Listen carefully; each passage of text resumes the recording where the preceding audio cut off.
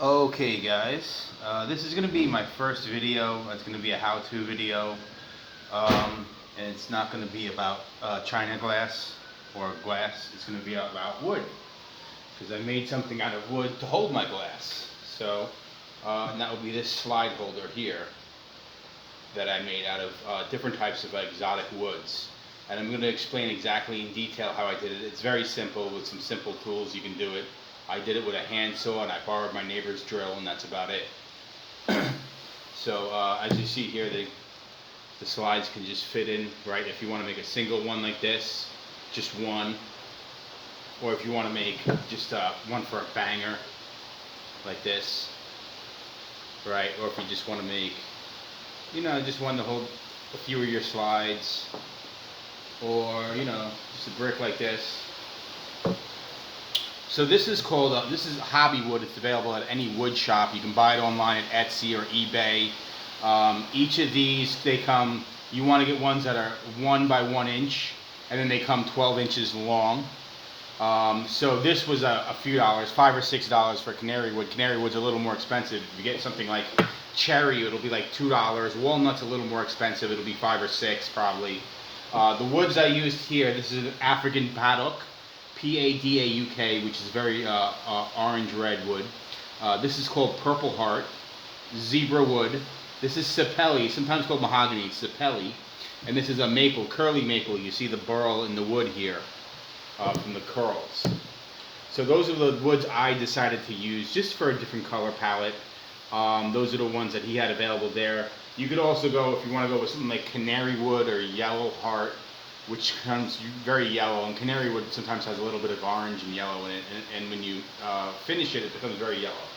So if you want to get some yellow in there, or whatever kind of color palette you want to use. I used a 12-inch piece here, 8-inch piece, a 4-inch piece, and 2 6-inch pieces, just to mix it up and give it a different pattern. I really like the way it came out. I kind of varied the holes where I wanted the holes a little bit differently, because some of my bowls, some of my slides are a little bit bigger than others.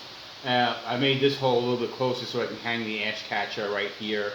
But what I basically did is, so after I got this wood all cut like this, I had it drilled.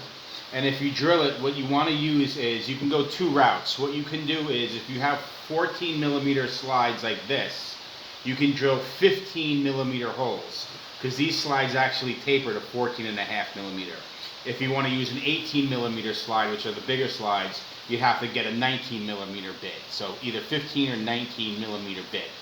Now you can make a 19mm hole and then put in a glass adapter that goes from 18 to 14mm, and that's nice, particularly because then you would have a glass adapter sitting in the hole, and then when you put the slide in, you have a glass on glass.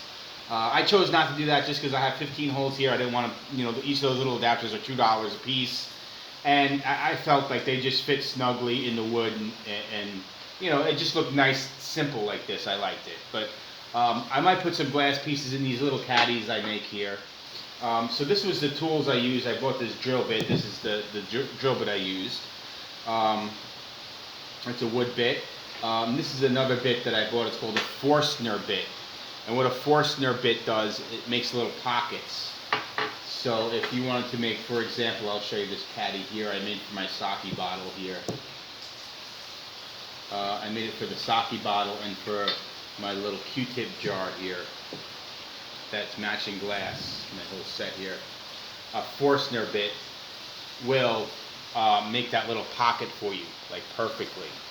And then you can sand it out. And that's what I did here with these. So if you want to make something like this with a slice of wood or something, this is a half of a slice of cedar. That's a Forstner bit you can use.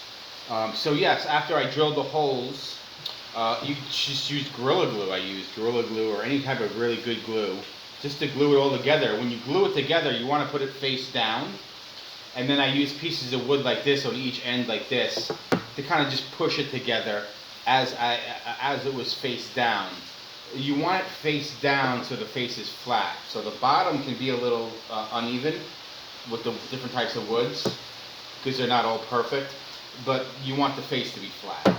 And then once you get it glued together, then you just go to town sanding it. I would do the 50 grit, 80 grit, 100 grit, 140 grit, 100, 200 grit, all the way down to the finest sandpaper, and then I put Minwax polyurethane, oil polyurethane, just a regular Minwax, and I did about, this is the third coat of that. I might put another fourth coat.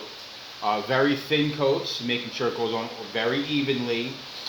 And after it dries, I just take a very soft rag and I buff it out very hard by hand, all hand sanded, hand buffed, hand waxed. And that's how you just get that nice finish like that. So yeah, if you have any questions, go ahead and leave it in the comments. I'd be glad to help you out, anything with any of your projects that are similar to this. Also, make sure you like and subscribe to my channel. I have a few other rigs that are coming from Bao